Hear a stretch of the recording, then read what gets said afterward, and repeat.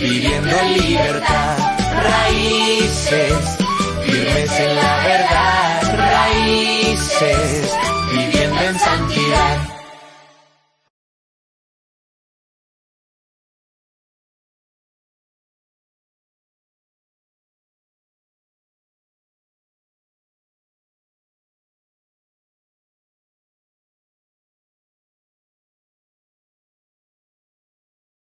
Nehemías capítulo 5. Abolición de la usura. Entonces hubo gran clamor del pueblo y de sus mujeres contra sus hermanos judíos. Había quien decía: nosotros, nuestros hijos y nuestras hijas, somos muchos. Por tanto, hemos pedido prestado grano para comer y vivir. Y había quienes decían: hemos empeñado nuestras tierras, nuestras viñas y nuestras casas, para comprar grano, a causa del hambre. Y había quienes decían: hemos tomado prestado dinero para el tributo del rey, sobre nuestras tierras y viñas. Ahora bien, nuestra carne es como la carne de nuestros hermanos, nuestros hijos como sus hijos. Y he aquí que nosotros dimos nuestros hijos y nuestras hijas a servidumbre. Y algunas de nuestras hijas lo están ya. Y no tenemos posibilidad de rescatarlas, porque nuestras tierras y nuestras viñas son de otros. Y me enojé en gran manera cuando oí su clamor y estas palabras. Entonces lo medité, y reprendí a los nobles y a los oficiales, y les dije: ¿exigís interés cada uno a vuestros hermanos? Y convoqué contra ellos una gran asamblea, y les dije: nosotros según nuestras posibilidades rescatamos a nuestros hermanos judíos que habían sido vendidos a las naciones, y vosotros vendéis aún a vuestros hermanos, y serán vendidos a nosotros. Y callaron, pues no tuvieron que responder. Y dije: no es bueno lo que hacéis. ¿No andaréis en el temor de nuestro Dios, para no ser oprobio de las naciones enemigas nuestras? También yo y mis hermanos y mis criados les hemos prestado dinero y grano. Quitémosles ahora este gravamen. Os ruego que les devolváis hoy sus tierras, sus viñas, sus olivares y sus casas, y la centésima parte del dinero, del grano, del vino y del aceite, que demandáis de ellos como interés. Y dijeron: lo devolveremos, y nada les demandaremos. Haremos así como tú dices. Entonces convoqué a los sacerdotes, y les hice jurar que harían conforme a esto. Además sacudí mi vestido, y dije: así sacuda Dios de su casa y de su trabajo a todo hombre que no cumpliere esto, y así sea sacudido y vacío. Y respondió toda la congregación: amén, y alabaron a Jehová. Y el pueblo hizo conforme a esto. También desde el día que me mandó el rey que fuese gobernador de ellos en la tierra de Judá, desde el año 20 del rey Artajerjes hasta el año 32, 12 años, ni yo ni mis hermanos comimos el pan del gobernador. Pero los primeros gobernadores que fueron antes de mí abrumaron al pueblo, y tomaron de ellos por el pan y por el vino más de 40 siclos de plata, y aun sus criados se enseñoreaban del pueblo. Pero yo no hice así, a causa del temor de Dios. También en la obra de este muro restauré mi parte, y no compramos heredad. Y todos mis criados juntos estaban allí en la obra. Además, 150 judíos y oficiales, y los que venían de las naciones que había alrededor de nosotros, estaban a mi mesa. Y lo que se preparaba para cada día era un buey y 6 ovejas escogidas. También eran preparadas para mí aves, y cada 10 días vino en toda abundancia. Y con todo esto nunca requerí el pan del gobernador, porque la servidumbre de este pueblo era grave. Acuérdate de mí para bien, Dios mío, y de todo lo que hice por este pueblo. Meditando juntos, Nehemías capítulo 5. Este pasaje tiene por título Abolición de la usura.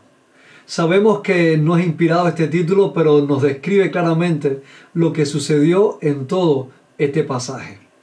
Vemos en el capítulo 5 que la obra se detiene. Nehemías tiene que convocar a una gran asamblea para tratar un asunto delicado entre el pueblo que estaba trayendo sufrimiento, dolor y desesperanza a aquellos que eran vulnerables. ¿Cuál fue la causa que trajo esta situación dentro del pueblo? La usura. Y en breve te explicaré qué es. Antes, la ley legislaba la manera correcta de evitar este mal. ¿Qué dice la ley? Si prestares dinero a uno de mi pueblo, al pobre que está contigo, no te portarás con él como logrero, ni le impondrás usura. Éxodo capítulo 22, versículo 25. Ahora, en este pasaje hay dos términos que son bien importantes. El primer término es logrero y el segundo término es la usura. ¿Qué significa ser logrero?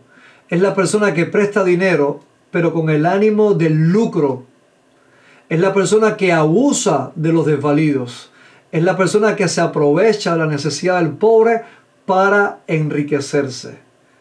Es alguien que explota la miseria ajena. Hace negocio con la desgracia y convierte la ayuda en opresión. El logrero ve al necesitado como un cliente y no como un hermano. Y esto era lo que estaba sucediendo en la nación. Había una hambruna, había crisis, el costo de vida era demasiado alto, había mucha necesidad y es entonces cuando los más vulnerables se ven en la necesidad de pedir préstamos. Tristemente, de quienes están recibiendo la ayuda, llega el momento que se vuelve una extorsión y comienzan a confiscarle todas sus propiedades, comienzan a quitarle todos sus bienes y lo más triste, ellos comienzan a entregar a sus hijos en servidumbre y como no tienen ninguna propiedad, han perdido sus bienes para lograr el dinero necesario para poder recobrar lo que habían perdido. Ahora, ¿qué es la usura? La usura es el cobro de intereses sobre bienes o dinero prestados. Cuando Dios dio la ley en el Antiguo Testamento, buscaba guardar al pueblo, conservarlo en su integridad y que pudieran ser diferentes del resto de las naciones vecinas. Dios buscaba evitar que el trato de ellos y su supervivencia no se viera amenazado por personas perversas. Por eso que las leyes civiles reflejaban la compasión con la que se debían tratar a las personas en necesidad. Había que evitar los excesos y también se demandaba a la persona que contraía un préstamo que no fuese moroso, sino que cumpliera con sus tratos. Miremos todo este capítulo desde la perspectiva de un refrán popular: río revuelto, ganancia para pescadores. Significa que cuando hay confusión, hay crisis o desorden, algunos se aprovechan. Algunos de una manera perversa obtienen beneficios personales destruyendo la esperanza ajena. Y generalmente son contratos injustos. En esto no hay ningún tipo de virtud, sino que es una conducta oportunista. Recordemos que el pescador en el río revuelto no calma el río, sino que saca provecho del caos. En los primeros versículos del 1 al 5 de este capítulo encontramos que este problema ético dentro del pueblo estaba siendo manejado por los oficiales y por los nobles. Ellos estaban siendo logreros y estaban siendo usureros con sus hermanos. Estaban cobrándoles intereses, quitándole las tierras, esclavizando a sus propios hermanos. Quizás pudiéramos encontrar algún tipo de legalidad en esto, pero espiritualmente ellos estaban en pecado.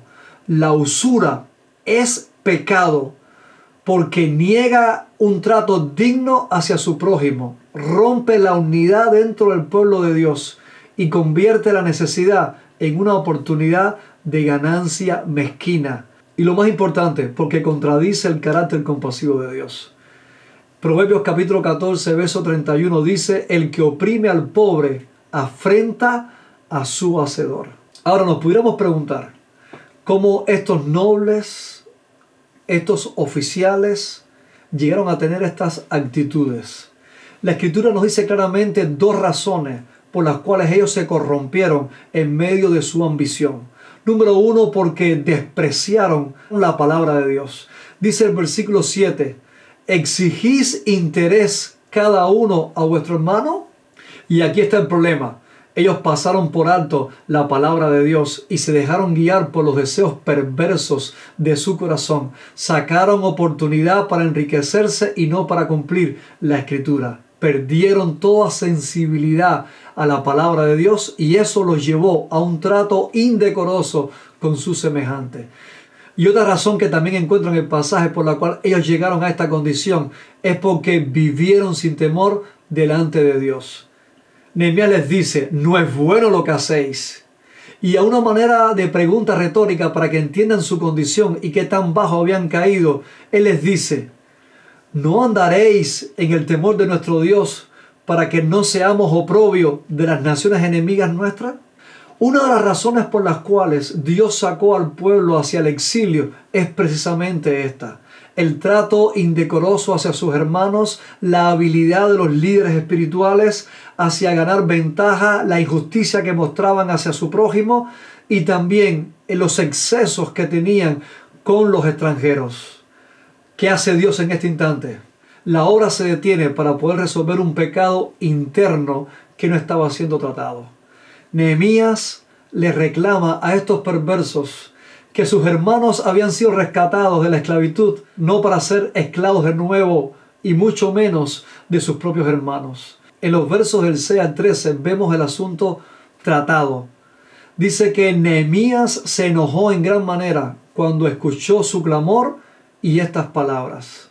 Nehemías se enoja grandemente 2 veces en este libro, cuando el pueblo fue oprimido en este capítulo 5 y cuando la casa de Dios fue profanada vilmente. La pregunta que nos pudiéramos hacer es, ¿fue legítimo este enojo de Nehemías o ilegítimo? El enojo es legítimo cuando se manifiesta contra la injusticia, contra la corrupción y contra el pecado que se hace públicamente. El enojo es ilegítimo cuando nuestro orgullo ha sido herido, o cuando nuestros intereses personales han sido menoscabados, o cuando nuestra conveniencia ha sido afectada. Nehemías nos enseña que no todo enojo es pecado, pero todo enojo debe nacer primero del temor a Dios, buscar una restauración y producir obediencia. La ira justa debe ser guiada por la sabiduría y no por los impulsos.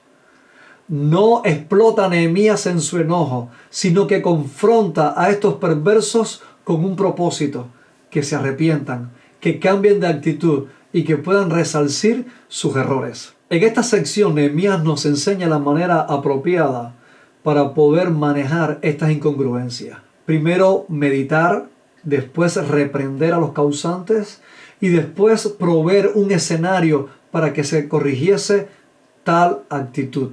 Ahora, ¿qué hizo Nehemías para proveer ese escenario? Convocó a todo el pueblo, les exigió a estos oficiales y a los nobles que devolvieran en el acto las tierras tomadas, usurpadas, las viñas, los olivares y las casas, y la 100ª parte del dinero, del grano, del vino y del aceite que habían demandado con los intereses hacia el pueblo. Obligó a los sacerdotes a velar este proceso y puso a Dios como mediador entre él y el pueblo. Y mire cómo dice el versículo 13: así sacuda a Dios de su casa y de su trabajo a todo hombre que no cumpliere esto, y así sea sacudido y vacío. Todo aquel que no anduviese en el temor del Señor, viviendo la palabra del Señor, Nehemías le está deseando que sean sacudidos y que sean despojados de todo bien. ¿Cómo responde el pueblo? El pueblo responde diciendo amén. Alabaron a Dios e hicieron todo esto. Cuando tú y yo ponemos al Señor por encima de todo asunto y su palabra como el plan a seguir para resolver los conflictos, aun cuando estemos enojados y estemos contrariados por la actitud de otros, vemos que los verdaderos hombres de Dios cambian, se arrepienten y también enmiendan sus errores. Nehemías nos muestra la verdadera medida de lo que es ser un verdadero líder. Y en la última sección del 15 al 19 encontramos cómo Nehemías colma la medida de lo que es ser un hombre conforme al corazón de Dios. Cómo tener un liderazgo que trae bendición y que magnifica la gloria de Dios. En el versículo 15 vemos que era un hombre temeroso de Dios. Y en el versículo 19 vemos la motivación de su servicio, el hacer el bien a todos los que estaban a su alrededor. Vemos que Nehemías, siendo gobernador, tenía muchas posibilidades. Renunció a privilegios legítimos. No exigió el pan de gobernador. Vemos que Nehemías, lejos de ganar en el caos, asumió el costo. Acá se nos revela a él sentado a la mesa con más de 150 personas y él era quien los alimentaba. Nehemías entendía que el temor de Dios está por encima de los derechos legales. El temor de Dios redefine el uso correcto del poder.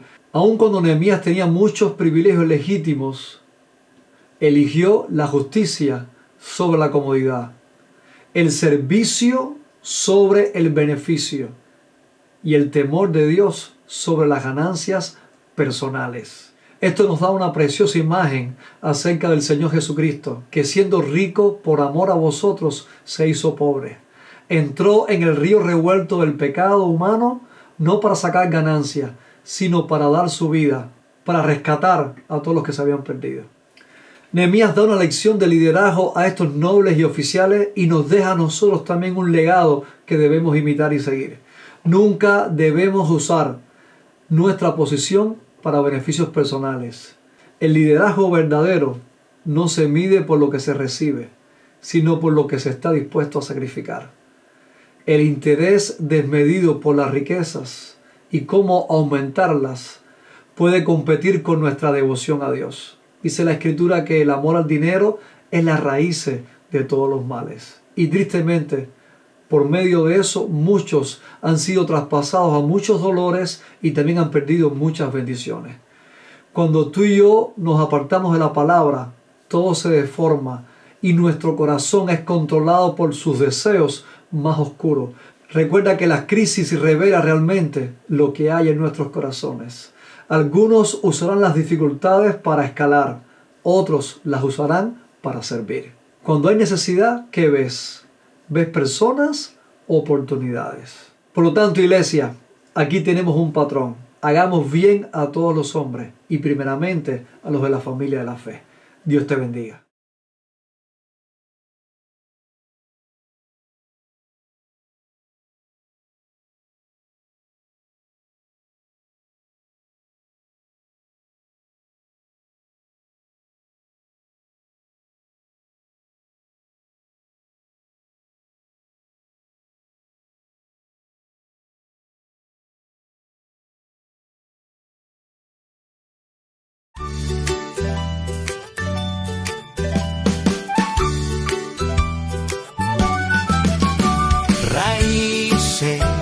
Firmes en la verdad, raíces, viviendo en libertad, raíces, firmes en la verdad, raíces.